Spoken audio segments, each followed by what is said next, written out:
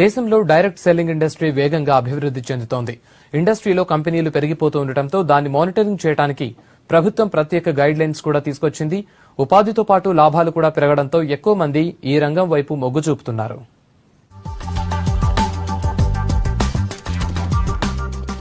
Direct selling industry వేగంగా విస్తరిస్తోంది. ఈ బిజినెస్ తో వినియోగదారులు మోసపోకూడదనే ఉద్దేశంతో 2016 సెప్టెంబర్లో కేంద్రం ఈ ఇండస్ట్రీని గుర్తించి కొత్తగా మార్గదర్శకాలు తీసుకొచ్చింది. అన్ని రాష్ట్రాలు కూడా ఈ గైడ్ లైన్స్ ని ఫాలో అయి తమ పాలసీల్ని తీసుకురావాలని సూచించింది. ఇప్పటి వరకు అసోం, ఒడిశా మాత్రమే డైరెక్ట్ సెల్లింగ్ ఇండస్ట్రీకి గైడ్ లైన్స్ తీసుకొచ్చాయి. 3 రాష్ట్రంగా ఈ మధ్యే తెలంగాణ ప్రభుత్వం కూడా ప్రత్యేక గైడ్ లైన్స్ తీసుకొచ్చింది.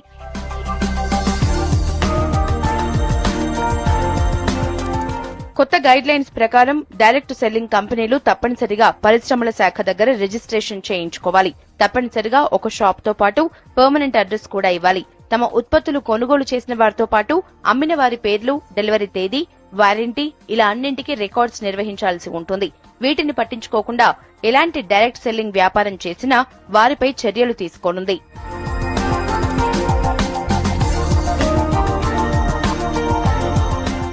గైడ్ లైన్స్ తీసుకురావటాన్ని డైరెక్ట్ సెల్లింగ్ అసోసియేషన్ స్వాగతిస్తోంది. కొత్త కంపెనీలతో ఇండస్ట్రీకే చెడ్డ పేరు వచ్చేదని, ఇలాంటి గైడ్ లైన్స్ తో ఇండస్ట్రీ సాఫీగా సాగుతోందంటున్నారు. దేశవ్యాప్తంగా ఇండస్ట్రీ 6,000 కోట్ల టర్నోవర్ చేస్తోందన్నారు. ప్రాడక్ట్ కి అడ్వర్టైజ్మెంట్, బ్రాండ్ అంబాసిడర్, మార్కెటింగ్ లాంటివి లేకుండా కేవలం డిస్ట్రిబ్యూటర్ల ద్వారానే కస్టమర్స్ కి చేరుస్తామంటున్నారు. ప్రభుత్వంని ఒప్పించి సార్ చెడు ఉంది, మంచి ఉంది, ఆ మంచిని చెడుని గుర్తించండి అని చెప్పి ప్రభుత్వాన్ని ఒప్పించి ఈ రోజు గైడ్ లైన్స్ తీసుకురావడం జరిగింది. ఇప్పుడు ప్రెసెంట్ వచ్చేసి దాదాపుగా 6,000 కోట్ల రూపాయలు మా మెంబర్షిప్ కంపెనీలు చేస్తున్నాయి. ఇంకా సమాజంలో దీని పట్ల ఉన్న దురభిప్రాయాన్ని పోగొట్టగలిగితే 60,000 కోట్లైనా ఆశ్చర్యపోవాల్సిన అవసరం లేదు. తెలుగు స్టేట్ లో అంత గొప్పగా లేదండి. ఎందుకంటే మనం ఫస్ట్ నుంచి ప్రాబ్లమ్ స్టార్ట్ అయింది తెలుగు స్టేట్లోనే. ఇదొక ఇండస్ట్రీ మా మీద ఆంక్షలు పెట్టి మేము ఎలా నడుచుకోవాలో చెప్పు అని అడిగింది మాత్రం ఇదొక ఇండస్ట్రీ అండి ప్రపంచం మొత్తం మీద. సో ప్రభుత్వం గుర్తించింది. ఈ రోజు ఇదివరకన్నా బాగా ఉంది. బట్ ఈ మనీ సర్క్యులేషన్ కంపెనీలు అన్ని పోయే వరకు మాత్రము మేము మా ఉద్యోగాన్ని ఆపదలుచుకోలేదండి. డైరెక్ట్ సెల్లింగ్ ఇండస్ట్రీతో ప్రత్యక్షంగా, పరోక్షంగా 6 కోట్ల మంది ఉపాధి పొందుతున్నారని ఇండస్ట్రీ నిపుణులు చెబుతున్నారు. ప్రొడక్ట్స్ తయారు చేసే ప్రాసెస్ నుంచి వాటిని డిస్ట్రిబ్యూట్ చేసే వరకు ఎంప్లాయీస్ పనిచేస్తున్నారు. అయితే ఈ ఇండస్ట్రీ గత 5 ఏళ్లుగా 15% గ్రోత్ రేట్ తో ముందుకు వెళ్తోందంటున్నారు.